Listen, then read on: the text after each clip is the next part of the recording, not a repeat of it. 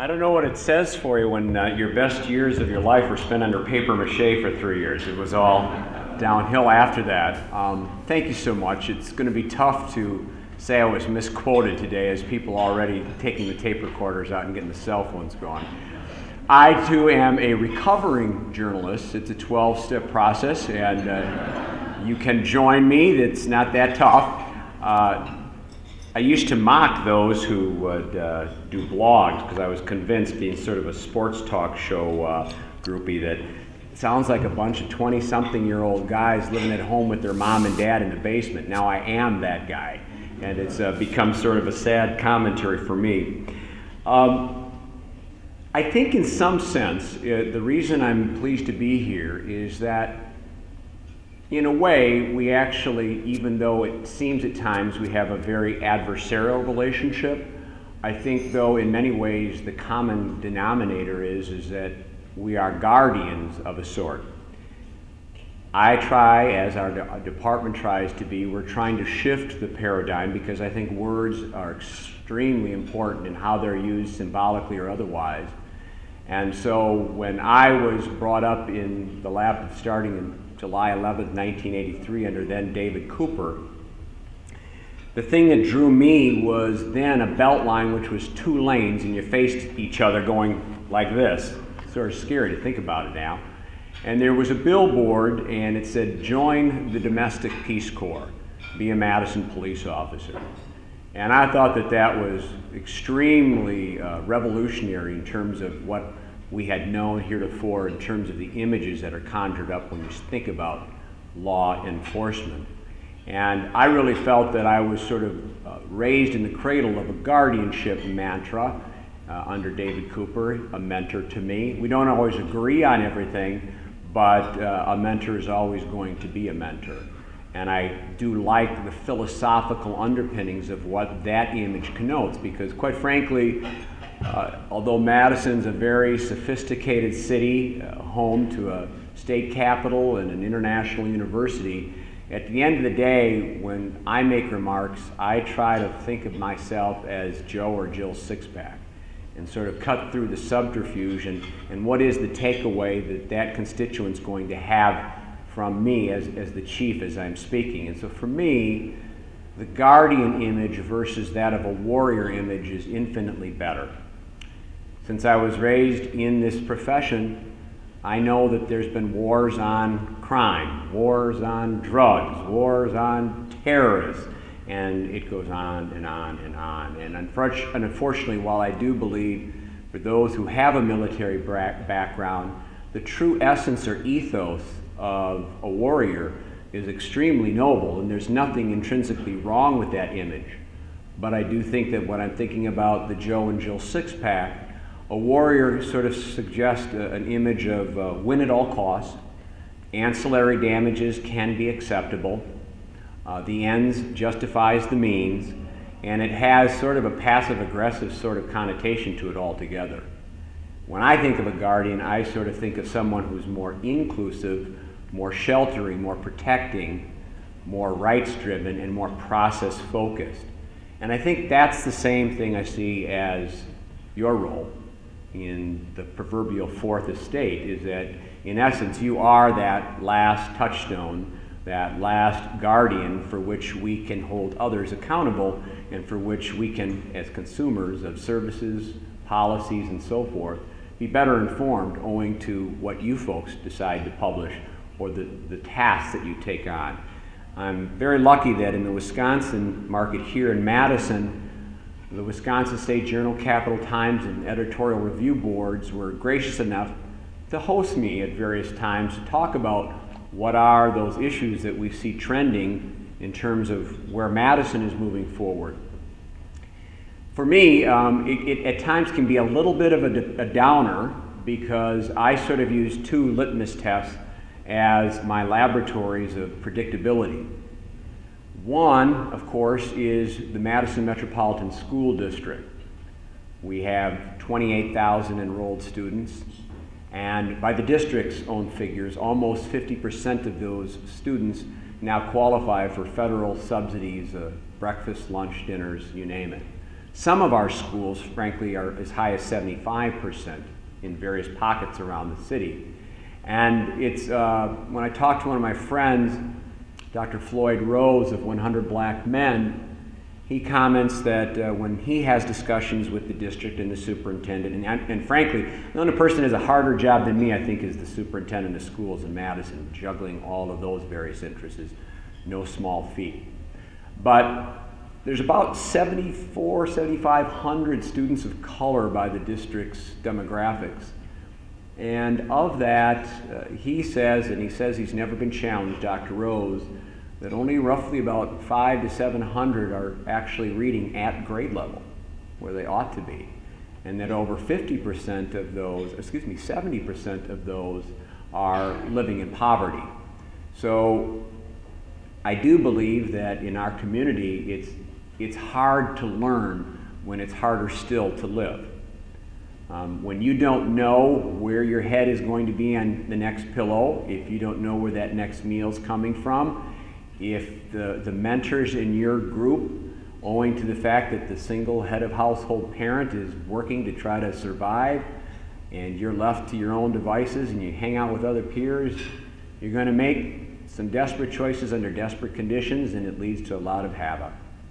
That's one litmus test. My others is, of course, Madison is a lifelong resident. I can tell you, it's a community of neighborhoods.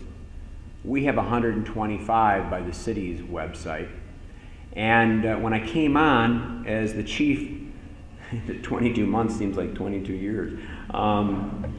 When I came on, I was sort of chagrined that, to me, the essence of community policing is made manifest in what we do in terms of proactive engagement in our neighborhoods. Because frankly, those officers are not call-driven. They're not all about responding to the crisis. It's not all about crime and crime-related disorder issues. There's an awful lot of stuff, frankly, that just deals with the day-to-day quality of life issues that everybody really needs help with. The landlord that doesn't do anything to keep the building up to code or discriminates from even letting you have a lease at the place. The sort of quality of life things that go to things as mundane as noise and nuisance. All of that stuff, while it doesn't really register high on the Richter scale, over time is incredibly important to what we believe is our quality of life issues. And so I always thought the neighborhood officers were truly the embodiment of social workers with a badge, because I went to one of their focus groups about 4 weeks ago, and I was expecting to hear things about gang violence, things about heroin, you name it. And I listened to an hour and a half about landlord-tenant issues. And so those things are very real, very germane to folks that are living in difficult economic, consequential neighborhoods that they don't have a lot of options in Madison. Madison, probably like much of our state, is becoming a dichotomy of haves and have-nots. It's never been more pronounced. I still do a search and seizure class at Madison Memorial. I've been doing it for 12 years. It's part of a sort of a civics class where they bring in various practitioners. So there'll be a judge, there'll be a defense attorney, there'll be a prosecutor, you get it.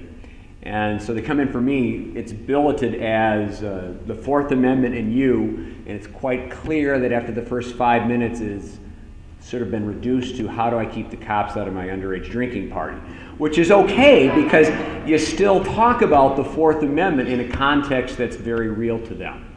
But as I was at the first hour class, and I have a lot of lingering resentment having gone to Madison West, which is our best high school in the city. But I always resented the fact that, of course, walked 6 miles from Eagle Heights uphill in the wind and the storm, even in June, versus the 6-acre parking lot available to Memorial.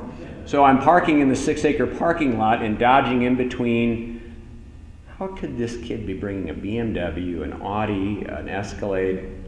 I'm literally getting to the front of the school from the back of the lot from the Mineral Point side.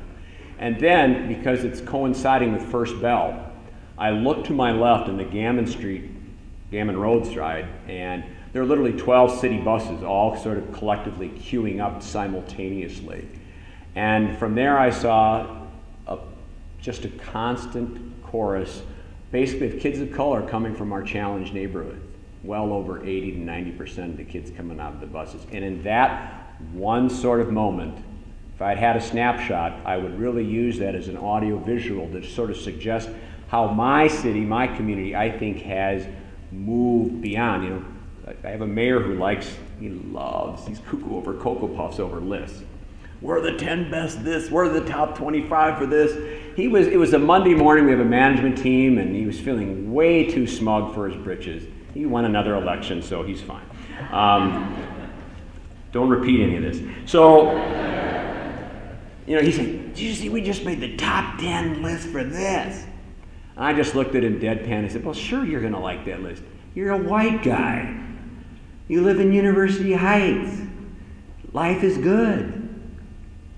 And of course that sort of peed on his parade, and so I said, I'm just kidding you, but what I'm saying is that these lists are great so long as they're being enjoyed by everyone. Yeah, we have about a 4 to 5% unemployment rate in Madison. Unfortunately, it's about 4 times that for people of color. I used to, quite frankly, poke fun at what I called the country of Milwaukee. It seemed to be like we were 72 miles apart, but from a policing standpoint, we might have been leap years differently in terms of our style. Not saying one's better than the other, just very different style of approach. Our high school dropout rate for our African Americans is proportionally worse than it is in Milwaukee. And that's coming from sort of Camelot. That doesn't happen in Camelot, does it? So this is a roundabout way by saying is that we're entrusting to you, as the Fourth Estate, the capacity to look beyond the veneer of when we have the annual display of the uniform crime reports or the incident-based reporting system, and we look at these sort of cosmetics of statistics, right? You mine your statistics, I'll mine mine, and there we're going to see what the quality of life is. I think our challenge is, for me at least, is that we have to move beyond sort of those cosmetics of statistics and really look at what's driving racial disparities in a community like Madison. I'm not asking, never have, for a pass in terms of our complicity in criminal justice. Clearly, we are that proverbial gatekeeper to the criminal justice system. And we have to be held accountable. We have to look at what systems we have, what policies or procedures we employ, what people we select to be the guardians of this community, and how we train and what our points of emphasis. We have to own, and I do, those parts that we have some sway on. But I also think that I feel like so often in terms of the education to economic to housing pipeline, I feel like I'm sort of the last person, and it's like, shh, clean up aisle 6. Behavior noticed at Walmart, deal with it. My mom, God bless her, she's 79. She has the smarts to spend the winters now in Raleigh-Durham and only comes back to live with my brother and I in the summer. But she is sort of my typical Madisonian by life, by birth, because my mom still thinks we're at about 100,000, sleepy-eyed college town where the worst thing we're going to have is a kegger on Langdon Street on Saturday night. Oh, for those days. I never knew that when I started in July 11th of 1983, that my officers today would be spending over 8 hours on a call doing a diagnostic in collaboration with Journey Mental Health and making an evaluated decision for the path of least resistance for someone. And normally, since all the beds are filled, we have no voluntary admit. We come time and again to folks that have been around and around, undiagnosed, not taking their drugs. And we go 2.5 hours down the road to Oshkosh. Can you think of anything more inhumane than taking someone who's in a free fall of an episodic break owing to mental illness? And how do we deal with it? We literally push them to the ER for medical clearance, probe what they're thinking, and then put them in the back of a squad car for a 2.5 hour ride one way down the road where they have no idea what that destination looks like. We can do better. We have to do better. I tried getting more money. I tried being nicey nice with the state. No one wants to step up. So I asked the mayor, I said, can I sue the state? It didn't take a lot of urging. And so obviously we have a lawsuit pending against the state of Wisconsin urging declaratory injunctive relief to open up the doors to Mendota again to us, because we would like to have a local facility for all those reasons and then some. But those are the challenges that it's not just the cops. We're in this together. And as we are coming upon March 6th, the anniversary of Tony Robinson's death, I actually want to thank the local media for recognizing their role in also acting as guardians with us, the police department, for the community. And by that I mean when we knew that at some point in time there would be a verdict issued from the district attorney's office, I made the rounds of the media outlets and I said, no one's asking for a moment that you don't take off the gloves and give us the wherewithal if you think we've earned that. That is your prerogative. This is not a prior restraint issue. I understand your role, and I expect that you're going to do what you have to do to call us out when we've done wrong or where criticism is warranted. All I am asking and prevailing upon you, partners, is that can we have some sense that there's an urging from whatever platform you command to say, when we get the verdict, the police are ready and able and willing to facilitate civics.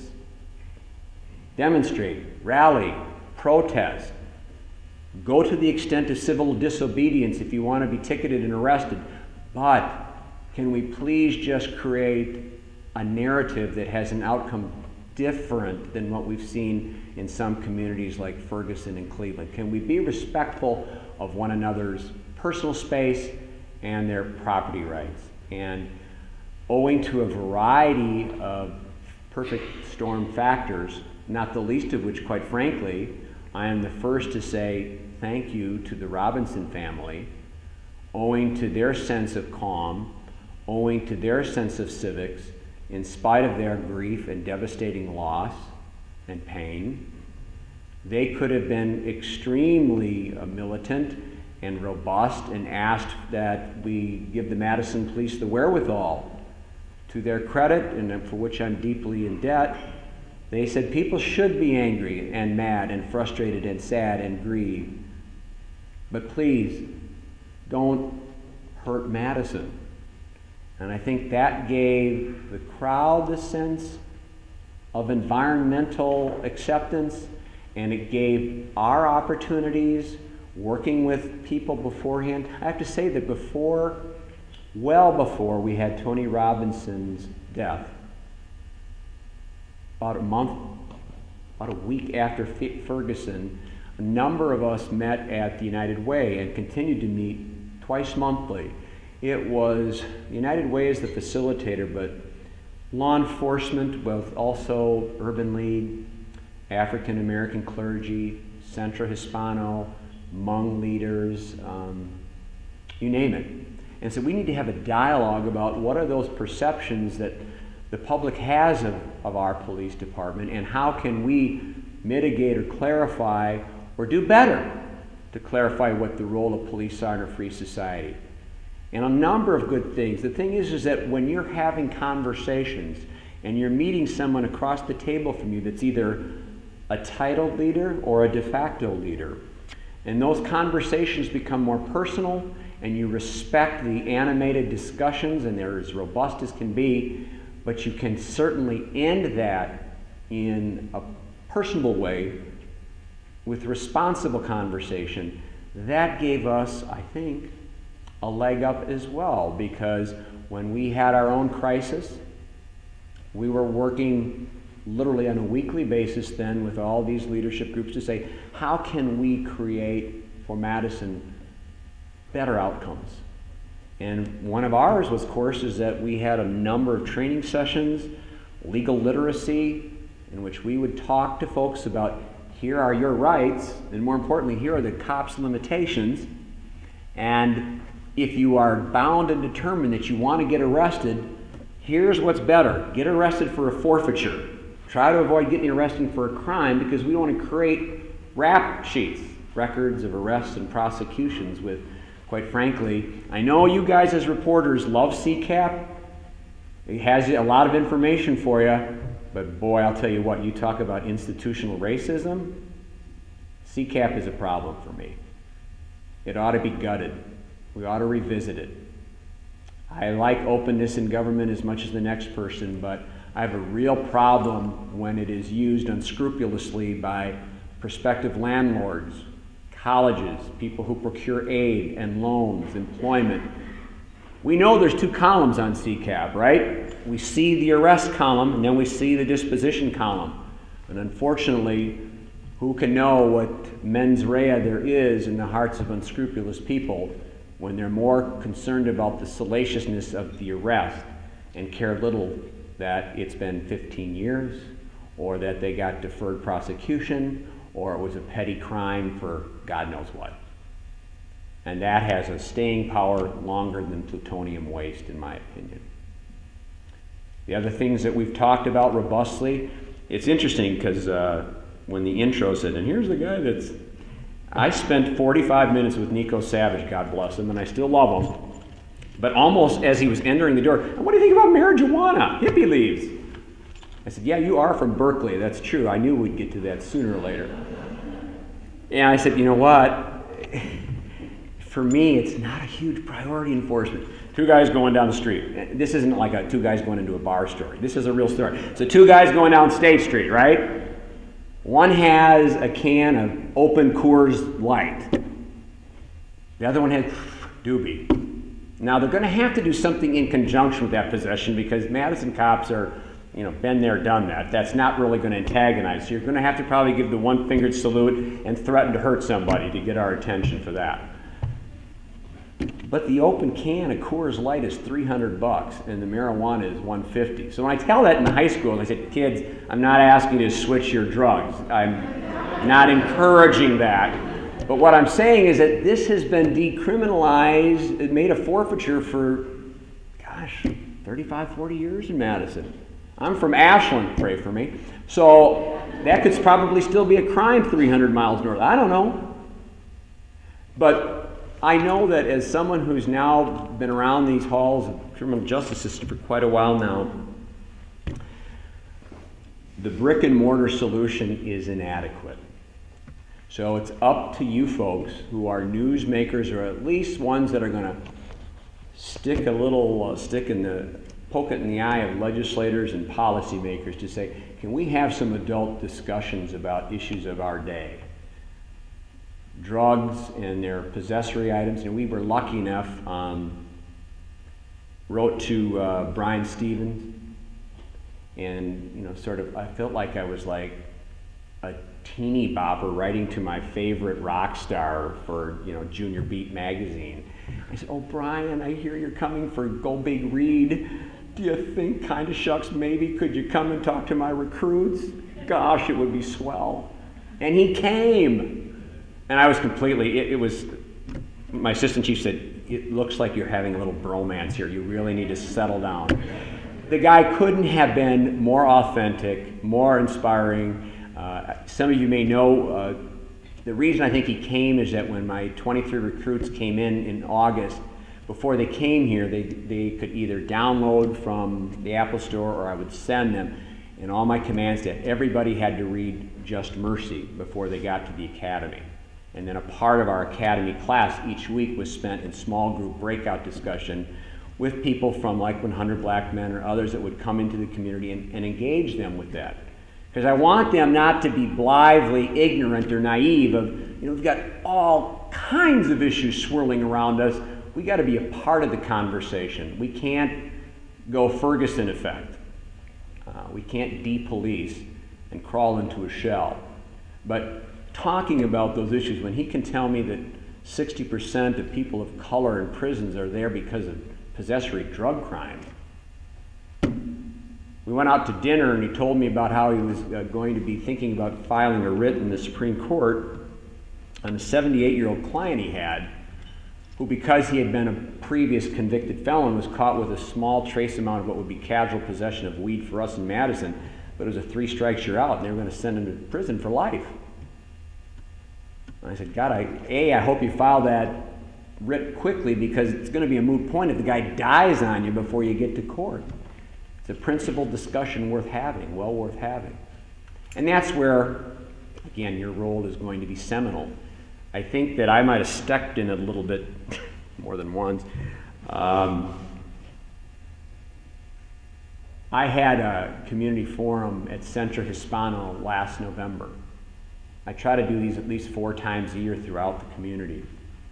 And at Centro, it's supposed to go an hour and a half. The place was packed, wall to wall, families with kids and more kids. Only one question was asked, and we went an hour over it. One question was only asked in English. Everything else was Spanish. And for me, that was one of the most sobering times I've had in my entire career in law enforcement, because I heard story after story after story that would break your heart. You know, when I get the text from She Who Must Be Obeyed, Jane Koval, you will be stopping at Woodman's. Oh, not Woodman's, there might be a heroin overdose. Can I go to Metcalf's? When she says, go get milk and bread, I put in the key, I autopilot, and it's nothing. It's like breathing. You hear these tales where when someone decides to go to work, to go to school, that's a calculated risk. And there is a fear which is beyond palpable that if I create a minor driving infraction, or if I have a headlight out that I didn't know was out, will this be the impetus for a deportation cause of action? And as much as we have tried for decades to say that's not who the Madison police are, we're not going to be patrolling our streets or walking our neighborhoods for pretext reasons to deport. It's difficult when all the other bombarding elements are presidential candidates talking about 11 million people being rounded up, or whole groups of people demographically not being even allowed into the country. And of course, build a higher, bigger, stronger wall.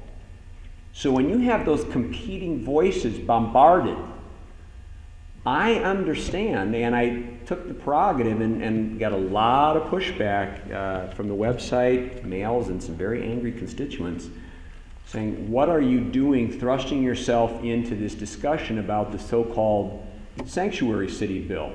Stay well the hell away from that. That's for elected government officials. And I said, you know, while it's still being discussed at the levels of public policy, I'm weighing in on a very narrow focus, and that focus is that of public safety. And my mission statement for the Madison Police Department has 4 elements: provide quality services, and here's the big one: those services ought to be accessible to everyone. Those who we encounter are going to be treated with dignity and respect, and, oh yeah, we want to protect and respect rights. So for me, I said, how can I go before the recruits in our ethics class and spew this stuff out about the mission statement, and then I know, because I've heard the stories, that we are not giving full access to the citizens here, and it does have a deleterious effect on public safety. Because I know, I see the U-visas, I see the reports, I have the anecdotes from Centro and other people that are speaking with us all the time. I know that we have Latinos in our midst, in particular I'm focusing on now, who are not reporting crime and are not reported witness crime because they're fearful of ICE. So that was the point, and I've said to people over and over, I said, oh, thank you. Do I have to pay for that? Thank you. Thank you. Thanks. I said, listen, while we're still in the discussion phase, I feel like I have a right to weigh in on public policy.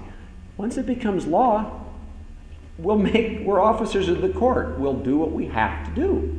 But right now, this is the time for us to weigh in. And so again, you're part of that debate too. I was pleased as all punch last week, for example, to see we don't always agree. The Wisconsin State Journal agrees that the rhetoric on a lot of these bills is sort of marginalizing people within our midst, and I was pleased to see you come out stridently in that capacity. Some things we don't always agree on, but that one, I thought you hit it out of the ballpark, and I was glad to see it. You know, as a young officer, I was also a hostage negotiator for 12 years, and I had, back then, we had one jail before we had the protection and safety building. And they called me in because 3 inmates had taken Deputy Julie McReynolds hostage on the old jail. It was a 9-hour siege, and I was able to surrender, get them to surrender, and Julie was battered, but it could have been worse. And afterwards, you always have a critical incident debriefing. What went wrong? What went well? I'm feeling pretty good. Negotiated the release of this deputy. There was not a shot fired. It's pretty good. So I was listening to the tactical commander and said, you know, Koval, you didn't do too bad, but, you know, if you had let them talk every now and then, they would have surrendered 3 hours earlier. So with that in mind, do you have questions so that I don't dominate the floor? Anything? Thanks. So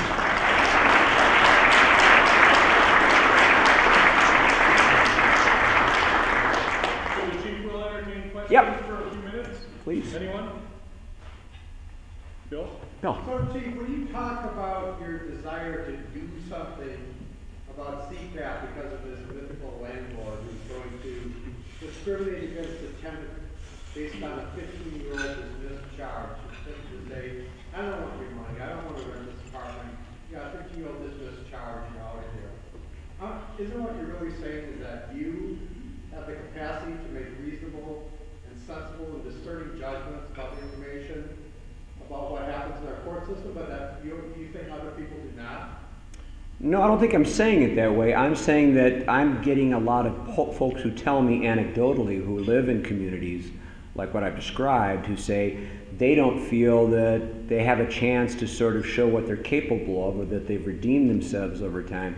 A lot of those things on CCAP have absolutely no effect on me as a criminal justice practitioner because they're coming up in civil domains, whether you're applying for a job, renting something. So for me, it's really not a problem for me per se. I'm talking about the practitioners who live their lives and tell me about these issues. But you're saying that when you look at the situation, you say, hey, this guy deserves a break, this is old charges and this charge. You can recognize all that. But you say other people, when they look at that same information, they're not able to do that. No, I didn't say they're not able to. I say some can be unscrupulous with the information that's provided. I'm not painting them all with the same broad indictment by any means. You ever check these things out when people tell you? Well, yes, we do actually. We have seen people who have said, here was a theft when I was 19, I'm 29 now. How long should this be held against me? Which is why, frankly,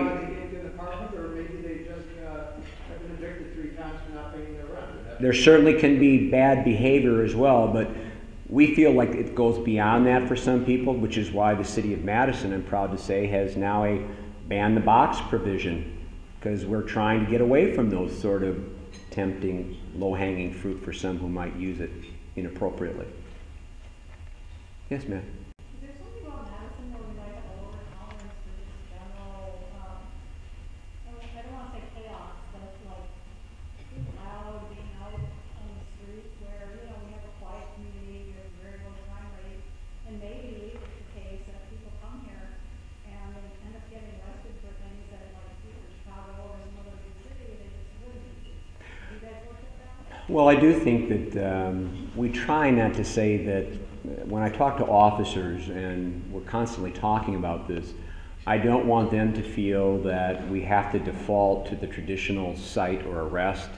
I like to talk about us looking at BPR, best possible resolutions, and in many instances that's anything but that. And typically a lot of the calls that we ultimately get, I think a lot of people think, and our statistics would certainly belie that fact, that there's an awful lot of proactive arrests being done by the Madison Police, when in fact probably 99% are third-party callers to a 911 center, a victim, a witness, a suspect, a contact, a bus driver, a food merchant, whatever the case may be. Once there, we obviously have to meet those legal thresholds that are actionable, whether it be reasonable suspicion to detain, probable cause to arrest, and so forth.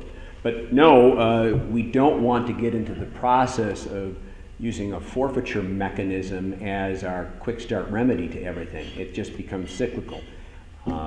As a matter of fact, we have, and you probably have read, we probably have some chronic individuals, probably 2 to 3 dozen, that have fine amounts over $10,000 or more. And it's just the ticketing and the ticketing and the ticketing, because you try to get an intervention, you try to get a mental health worker, you try to get an AOADA intervention. A lot of the folks are refusing services, some, and then you're sort of stuck to some extent. But I do think that the tolerances of Madison actually, I think, are pretty good in terms of our citizenry. Some are sort of over the hill, but I think the officer's responsibility in that case is to sort of find what's reasonable based on the totality of those circumstances. At least that's my hope. Yeah. On our editorial pages, we're seeing terms like serve and protect meeting up with redefinition of sorts. We're also seeing militarization of local police forces. And I'm wondering if demographics are driving incendiary flashpoints, or the change in delivery of protective services. Which is the driver? Well, I think there's a lot of things. I think my own profession, to some extent, has been duped and lulled into that imagery, because it's an imagery we all see, whether it's through media, books, novels, whatever the case may be. And I think that was exacerbated in a post-9/11 world, when in the threat of terrorism, we all signed on for the Patriot Act. We were willing to compromise on individual rights of privacy for general safety considerations.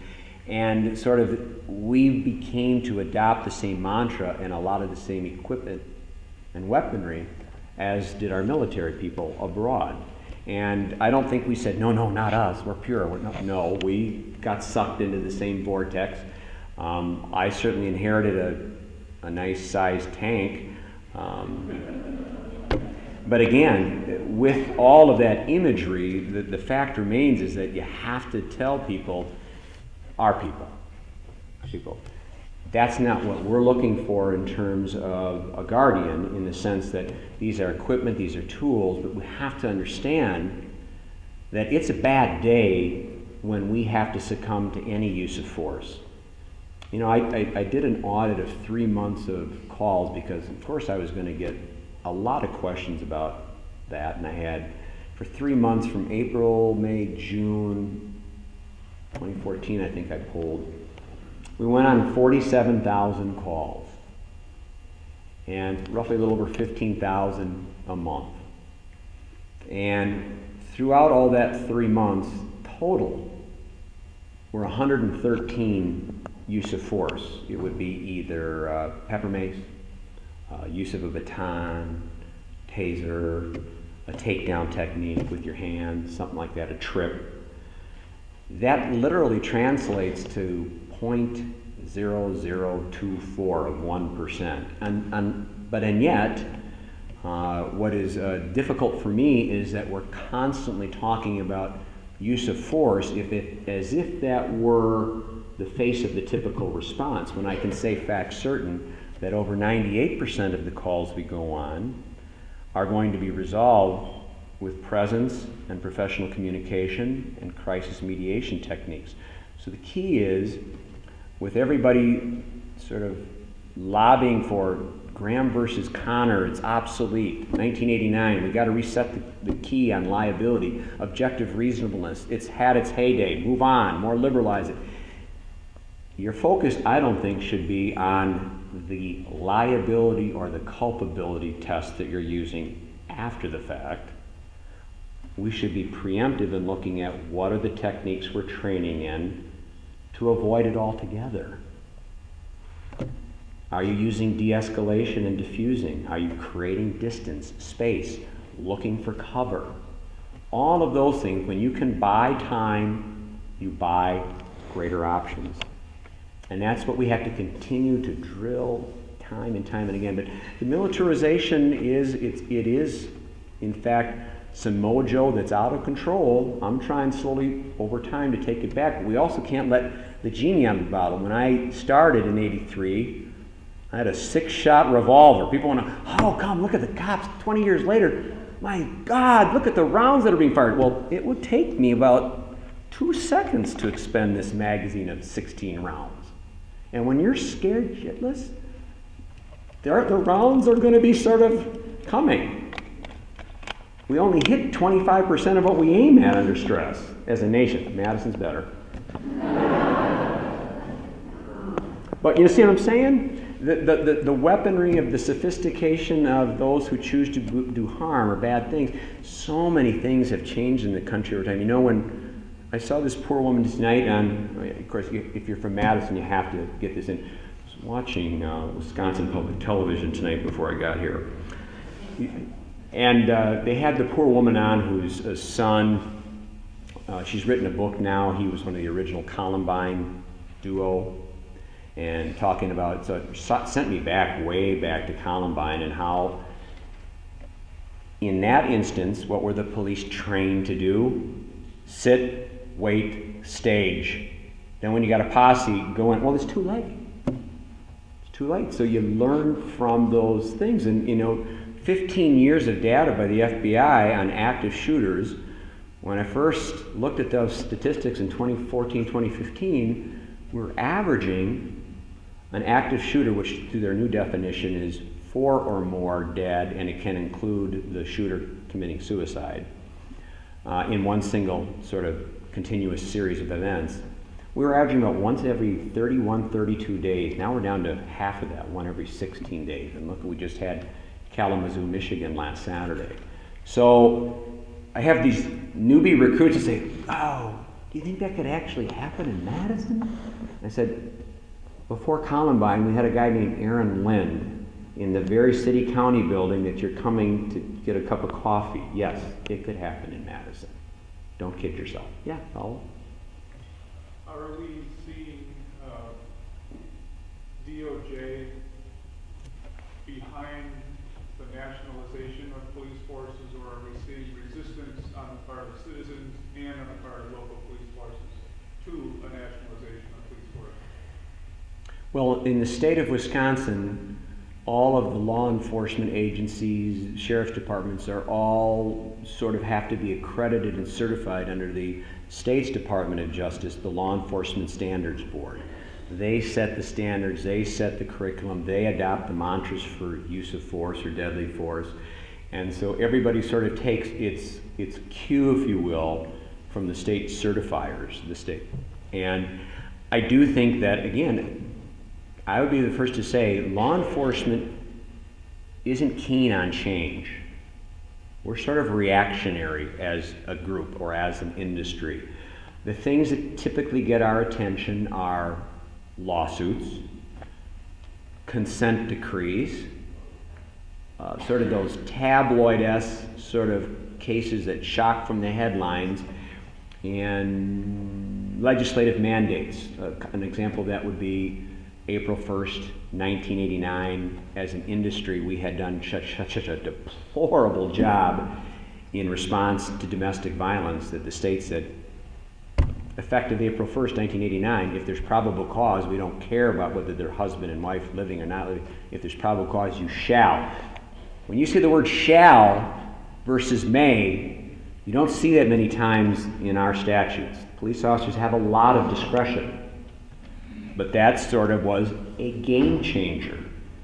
And I think even when, do we all know what affects the mandatory arrest? There's 5 groups. If you're currently married, formerly married, currently reside, formerly reside, or adults who have a child in common. Well, what if you and I, I'll pick on you, sorry. You and I are dating, then I'm a good Catholic boy. Don't you ever forget that. So I never do sleepovers at your house. But tonight you said something nasty about my beloved Notre Dame, and so I pushed you and I threatened you. The cops come, separate, isolate, interview. Well, under the state's mandatory arrest, we don't apply. But we adopted a policy that said even when it doesn't fall into the cookie cutter state statute, If they have a relationship akin to that of dating, intimate partners, then our word says you should arrest if there's probable cause. So even when we don't have the mandatory arrest, we complement and fill in the hole because we can with a pro-arrest policy. But those are the kinds of things that are still not necessarily the norm across the country. It's up to, we can always set higher standards, we just can't denigrate the standards that are minimally in place.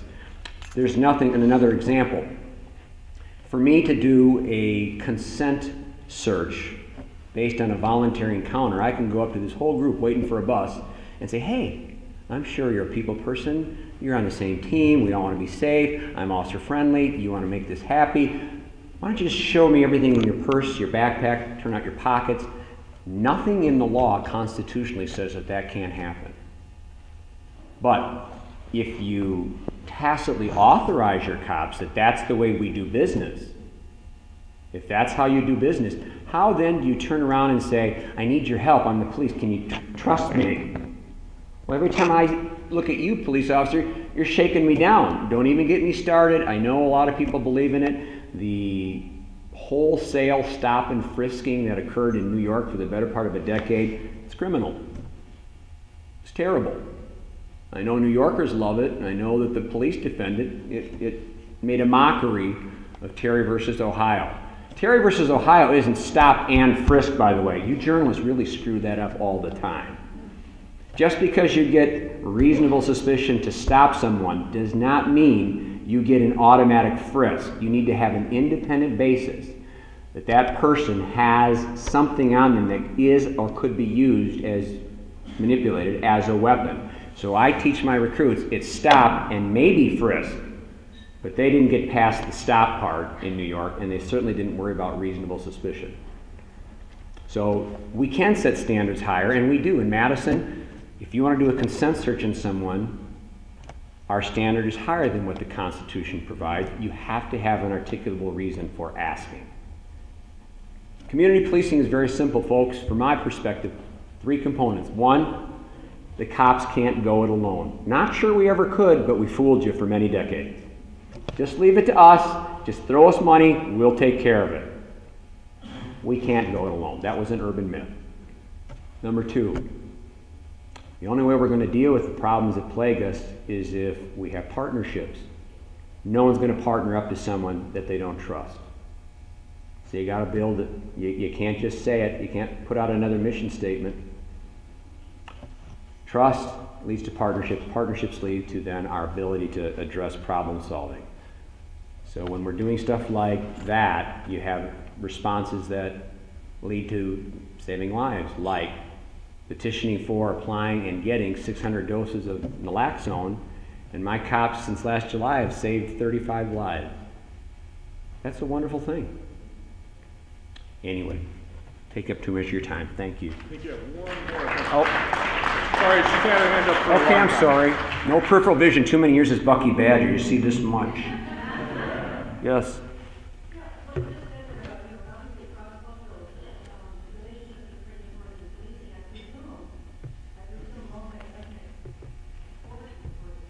Absolutely. Yeah.